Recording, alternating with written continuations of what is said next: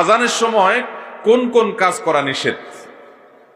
আজানের সময় কি কি কাজ করা নিষেধ? আমরা অনেকে অনেক কাজের কথা বলি, যেমন অনেকে বলে যে আজানের সময় সালাম দেওয়া নিষেধ, আজানের সময় কথা বলা নিষেধ, আজানের সময় অনেকে বলে খাওয়া নিষেধ, অনেকে বলে আজানের সময় মহিলাদের মাথা খালি রাখা নিষেধ, বাড়িতে আছে মাহরামের সামনে আছে তারপর আজান শুরু হলে মাথায় কাপড় দিতে হবে। মূলত আজানের সময় এরকম নিষেধ বলতে কোনো নির্দিষ্ট কাজের কথা কোথাও বলা হয় নাই।